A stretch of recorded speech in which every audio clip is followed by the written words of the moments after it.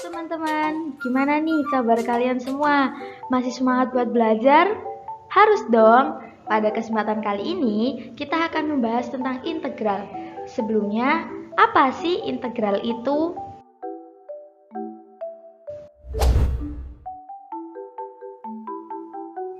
Integral merupakan sebuah konsep penjumlahan secara berkesinambungan dalam matematika yang merupakan operasi inverse atau kebalikan dari turunan atau antiturunan diferensial.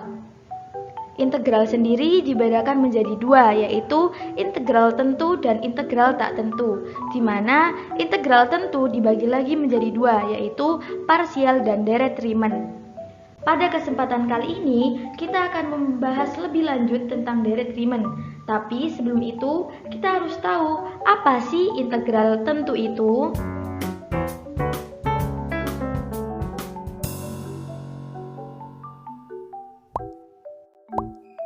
Integral tentu adalah integral yang mempunyai nilai awal dan akhir yang jelas serta memiliki batas atas dan batas bawah. Rumus integral tentu yaitu integral dari interval b ke a dengan fungsi fx, di mana b sebagai batas atas variabel integrasi, a sebagai batas bawah variabel integrasi, dan dx sebagai diferensial dari variabel x.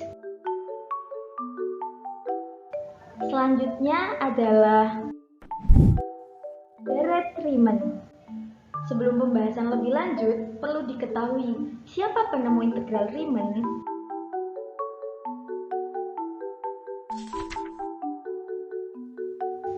Nah, integral Riemann ditemukan oleh Georg Friedrich Bernhard Riemann pada tahun 1854.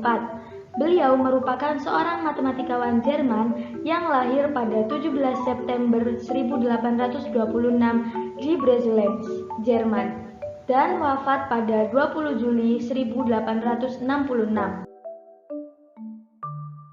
Meskipun Newton telah mengemukakan teorema dasar kalkulus, akan tetapi Riemann memberi definisi mutakhir mengenai integral tentu. Atas kontribusinya inilah sering disebut sebagai integral Riemann. Beliau juga banyak berkontribusi penting pada analisis kompleks, teori bilangan, dan geometri. Nah, kita kan sudah mengetahui siapa nama penemu integral Riemann. Selanjutnya adalah pengertian mengenai direct Riemann sendiri.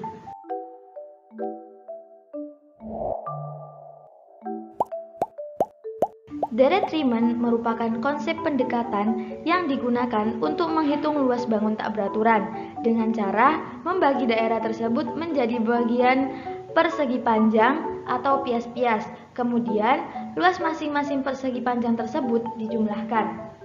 Semakin banyak pias yang digunakan, maka akan meminimalisir nilai error yang ada. Selanjutnya,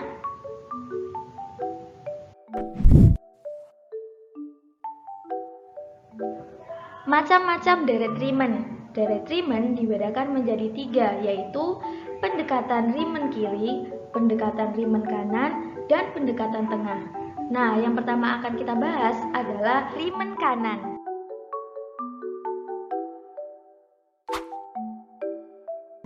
Riemann kanan merupakan Riemann yang titik subinterval sebelah kanan menempel pada kurva.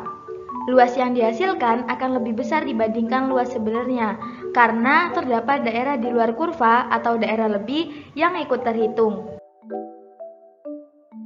Selanjutnya adalah Riemann kiri. Riemann kiri merupakan Riemann yang titik subinterval sebelah kirinya menempel pada kurva. Luas yang dihasilkan akan lebih kecil dibandingkan luas sebenarnya karena terdapat daerah di dalam kurva atau daerah kosong yang tidak ikut terhitung. Dan yang terakhir adalah Riemann tengah.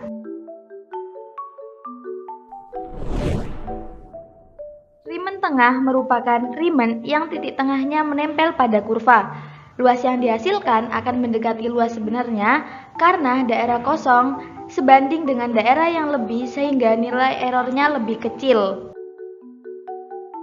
Setelah kita mengetahui pengertian dari pembagian Riemann, selanjutnya adalah Cara menghitung luas menggunakan integral Riemann.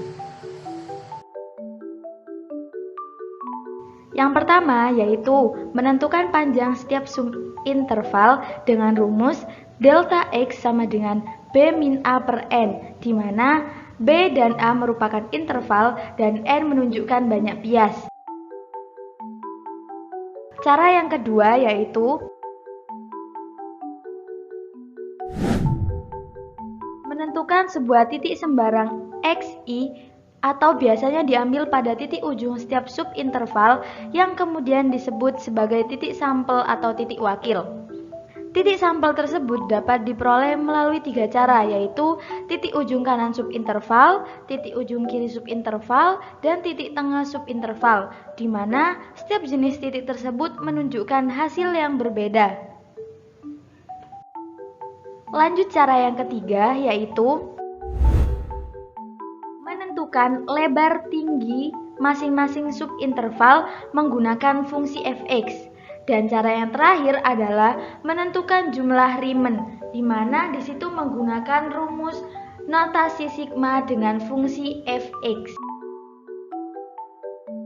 Untuk lebih memahami mengenai deret Riemann, langsung saja kita ke contoh soal.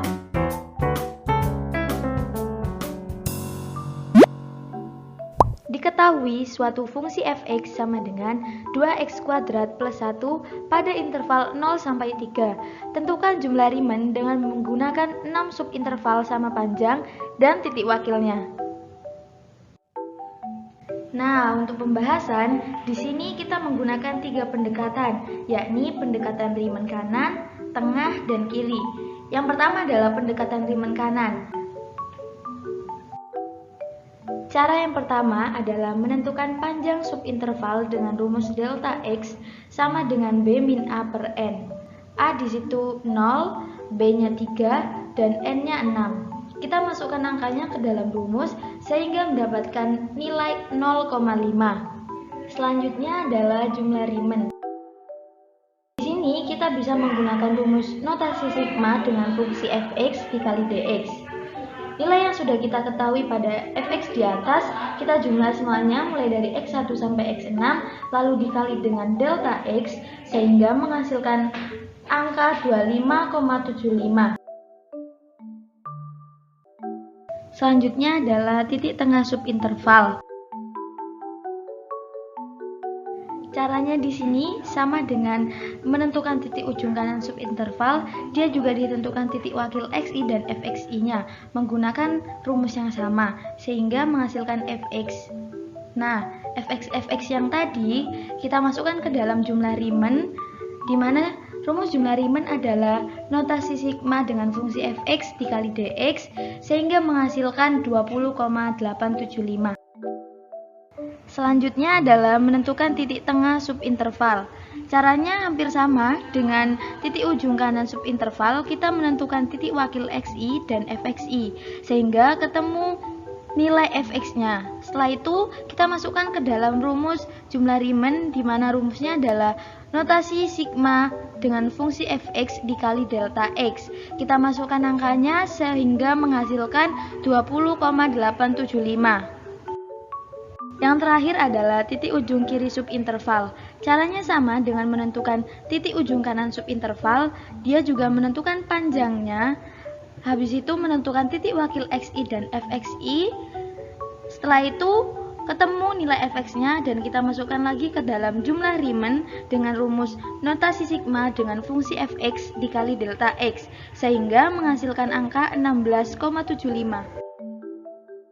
Nah, gimana nih teman-teman? Udah pada paham belum sama materi dari Riemann? Sekian ya pembahasan kali ini, sampai ketemu di pembahasan selanjutnya. Tetap semangat belajar teman-teman. See you, bye-bye.